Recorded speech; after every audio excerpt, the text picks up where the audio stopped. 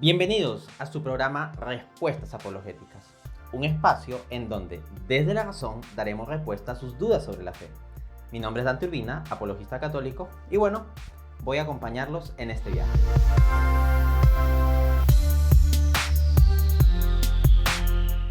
Aquí se plantea la cuestión de que Dios vive dentro de nosotros, pero acá es necesario entender que para que se dé que propiamente Dios habite dentro de nosotros, tenemos que estar en estado de gracia. De hecho, el estado de gracia implica esa inhabitación de Dios en nosotros. El estado de gracia es cuando caminamos en santidad, cuando no estamos en situación de pecado mortal. Entonces, hay personas que pueden decir, ¿cómo se explica que Dios vive dentro de nosotros sin que nosotros podamos sentirlo? Oye, no asumas automáticamente como premisa que Dios necesariamente vive dentro de ti, al menos en un sentido espiritual fuerte, si es que te encuentras en pecado mortal. A veces la gente está muy dispuesta a exigirle cosas a Dios, ¿no? Como que Dios nos tiene que hablar de forma muy clara y tiene que hacer absolutamente evidente su voluntad para cada uno de nosotros individualmente, y al mismo tiempo tiene que ser muy manifiesto que Él está habitando dentro de nosotros. Somos sumamente exigentes con Él y no nos exigimos a nosotros mismos. Deberíamos saber dónde poner las responsabilidades cuando pareciera que algo no sucede. Ahora bien, si estamos en estado de gracia, Jesucristo ha prometido que Él estará ahí habitando en nosotros. Como decía el apóstol Pablo en Gálatas 2:20, ya no soy yo quien vivo, sino Cristo quien vive en mí. Asimismo, la promesa de Cristo está en Juan 14:23, dice, el que me ama guardará mi palabra, y mi Padre le amará, y vendremos a Él, y haremos morada en Él. Entonces, una condición necesaria para propiamente la inhabitación espiritual especial de Dios en nosotros es el estado de gracia, que no estemos en situación de pecado mortal. Ahora bien, que Dios habite objetivamente en nosotros no implica que siempre y necesariamente lo vamos a poder sentir. Hay que distinguir nuestros sentimientos de lo que es la realidad. Dios puede estar genuinamente dentro de nosotros y al mismo tiempo puede ser el caso que no lo sintamos. Los sentimientos son variables, son contingentes. Grandes santos han pasado por procesos muy difíciles y largos de sequedad espiritual, en donde ellos no sienten a Dios, no sienten ningún consuelo interior. En el caso de la Madre Teresa de Calcuta, por ejemplo, cuando luego de su muerte se comenzaron a revelar ciertas cartas privadas suyas, se encontró eso, que ella indicaba que pasaba un proceso de abandono espiritual, de desolación espiritual. Ella decía que en ocasiones sentía como que le estaba orando a la pared, simplemente. Ojo, eso era su sentimiento, pero no es que esa mujer haya perdido la fe. Porque ¿qué es la fe? ¿La fe es sentir bonito en tu corazón? No, esa no es la definición de la fe. La fe es, Hebreos 11:1 lo define. La fe es la certeza de lo que se espera, la convicción de lo que no se ve. Y de ahí que sea tan meritoria la fe de esa mujer, porque ella no tenía el sentimiento. Ella en su sentir sentía que hablaba con la pared cuando oraba. Tenía esa desolación espiritual. Pero la fe no es lo que sientes, sino aquella convicción. Los sentimientos pueden venir o no venir. Grandes santos, como digo, por ejemplo, también San Juan de la Cruz o Santa Teresa de Ávila o San Ignacio de Loyola, han pasado estos procesos de desierto espiritual. ¿Y por qué Dios permite estas cosas? Porque el amor auténtico debe ser como el oro que es probado por el fuego. Si nosotros simplemente amamos a Dios en función de que Él nos da sentimientos bonitos y consuelos espirituales y sentimos bonito en nuestro corazón y lloramos y cantamos y todo esto, toda la vida espiritual termina dependiendo de una sensiblería y no de un amor auténtico que implica un acto de la voluntad. Estos santos que he nombrado, que han pasado procesos de desierto espiritual, Santa Teresa de Ávila, San Juan de la Cruz, San Ignacio de Loyola, la Madre Teresa de Calcuta, lo que han hecho es mantener la fe aun cuando los sentimientos no apoyaban. Eso es heroísmo.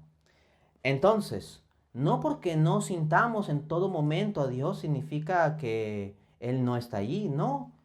Los sentimientos, como digo, pueden ir y venir, los consuelos espirituales pueden ir y venir. Pero si uno persevera en guardar la palabra de Cristo, Él cumple su promesa. Él va a venir a estar ahí. Él no prometió que siempre lo vamos a sentir, pero lo que Él prometió es, y yo estaré con ustedes todos los días hasta el fin del mundo. Esa fue su promesa cuando ascendió a los cielos. Y Él cumple.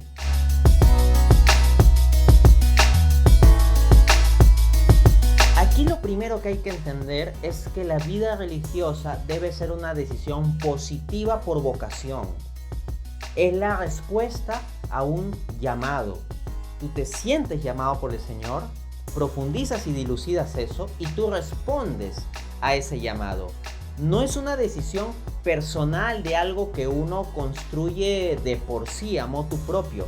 No, la vida religiosa es la respuesta a un llamado. Entonces, lo que debes hacer es estar abierto a escuchar lo que te pide el Señor. Ponte en oración, ponte en meditación. No todas las personas sienten un llamado a la vida religiosa, no todos se plantean ser sacerdote o monja. Así que el solo hecho de que te lo estés planteando ya es algo importante.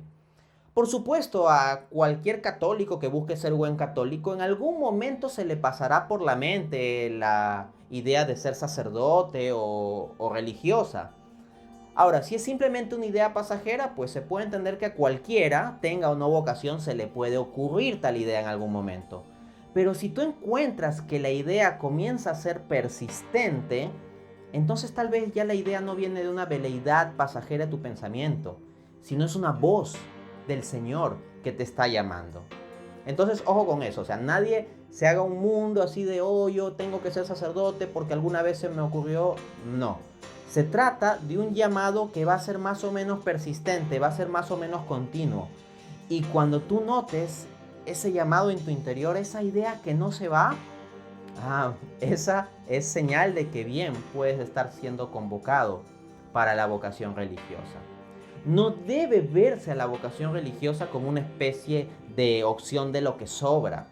Es decir, lamentablemente he tenido el caso de escuchar personas que dicen frases como, oh, como me ha ido tan mal en el amor, me meteré de monja.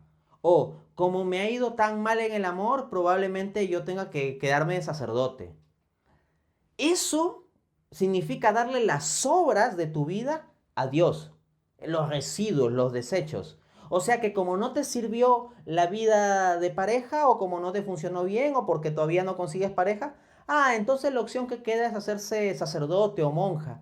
Eso es tratar con desprecio la vida religiosa como si fuera un segundo plato, simplemente.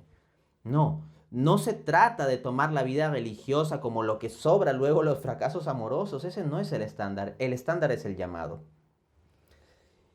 Y esto es un llamado que tiene un premio muy especial prometido por Jesucristo. Ciertamente la vida religiosa implica muchos sacrificios, pero también Jesucristo ha prometido gran recompensa. Dice en Mateo 19:29, todo el que haya dejado casa, hermanos, hermanas, padre, madre, hijos o tierras por mi nombre, recibirá 100 veces más y heredará la vida eterna.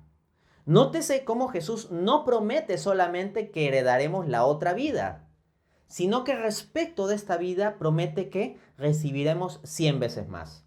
Así, por ejemplo, puede darse el caso de un sacerdote que renuncia a tener hijos biológicos, pero tiene una cantidad gigantesca de hijos espirituales, como 100 hijos espirituales, porque recibirá 100 veces más. Asimismo, una religiosa, por ejemplo, que ora por muchos sacerdotes, pensemos en una religiosa contemplativa, esos sacerdotes es como que fuera sus hijos a los cuales está cuidando con la oración. Ha recibido 100 veces más, tiene 100 hijos por los cuales orar. O una monja de vida activa que se dedique, por ejemplo, a administrar un orfanato. Pues bien, ahí puede estar cuidando a 100 niños, recibe 100 veces más en esta vida. Y hay luchas, hay renuncias, claro que sí, pero también hay alegrías en ese tipo de vida. y alegrías grandes, porque son probaditas del cielo. Hay un artículo de la página web Holy Trinity Web que se titula 6 signos clásicos de la vocación al sacerdocio. 1. Una persistente fascinación por la idea de convertirse en sacerdote. Simplemente no desaparecerá. Las chicas también son maravillosas, pero ¿por qué sigo pensando en la vida de sacerdote? 2. Un aprecio por la fe católica. Realmente tiene las respuestas más profundas y verdaderas a los misterios de la vida. Creo que podría explicarla para ayudar a la gente. 3. Un vago deseo de hacer algo intrépido por Cristo. Esto es extraño. A los chicos les gusta que los pongan a prueba, algo arriesgado y diferente, como escalar riscos, pero esta vez se trata de algo para el Señor. 4. Te encuentras viendo sacerdotes en tu parroquia. Al escuchar su homilía puedes pensar, yo podría hacer eso, tal vez incluso mejor. O al pensar en ayudar a una persona preocupada, puedes pensar, esto es lo que diría a alguien con este problema. 5. Si no soy yo, entonces ¿quién? Si ves y sientes que hay que hacer algo, ¿por qué le dirías a otra persona que lo haga? Imagínate a alguien que necesita ayuda para subir escaleras. No esperas a que alguien más le ayude, ¿verdad? El mero hecho de que veas lo que se necesita es un signo de que tú estás llamado a dar el paso. Esto a veces se siente casi como una carga, una dulce carga. 6. La gente de repente te dice que creen que serías un buen sacerdote. ¿Alguna vez le dijiste eso a un joven? Podría cambiar su vida.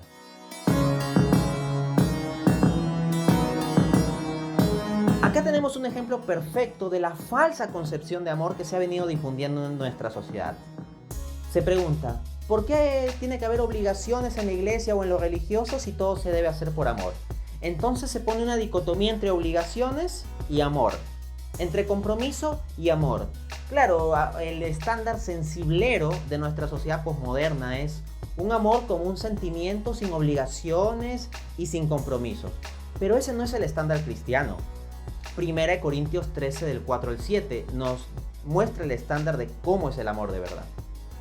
El amor es sufrido, es bondadoso, no tiene envidia, no es jactancioso, ni se envanece, no hace nada indebido, no busca lo suyo, no se irrita, no guarda rencor, no se goza de la injusticia, sino de la verdad. El amor todo lo sufre, todo lo cree, todo lo espera, todo lo soporta. Así que ese concepto de amor sin obligaciones no es el concepto cristiano. El concepto cristiano implica muchas obligaciones, asumidas precisamente desde el corazón. Pero obligaciones, al fin y al cabo, nada de un corazón sin compromisos. Es un discurso hippie, ese no es el estándar cristiano. Jesucristo lo dijo muy claro, Marcos 8:34. El que quiera seguirme, que renuncie a sí mismo, que cargue su cruz y que me siga. Jesús habla de compromiso, de obligación, de cruz, de seguirlo. Ese es el amor de verdad. El amor para valientes. No la caricatura que se vende en telenovelas de la televisión.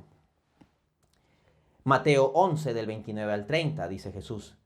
Lleven mi yugo sobre ustedes y aprendan de mí que soy manso y humilde de corazón. Y hallarán descanso para vuestras almas, porque mi yugo es suave y mi carga es ligera. Entonces el amor implica sacrificios, pero Jesucristo con su gracia nos ayuda para que todo esto que parece difícil humanamente, por su ayuda divina, se haga suave. Finalmente, Lucas 10:16.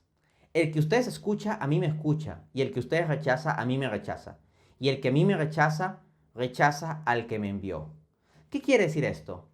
Que Jesucristo ha dado autoridad a su iglesia para establecer ciertos estándares, ciertas reglas, y nosotros tenemos que escuchar esa voz. El decir simplemente, yo no quiero tener obligaciones en la iglesia porque yo solo vivo de amor, es no escuchar a nuestro Señor Jesucristo.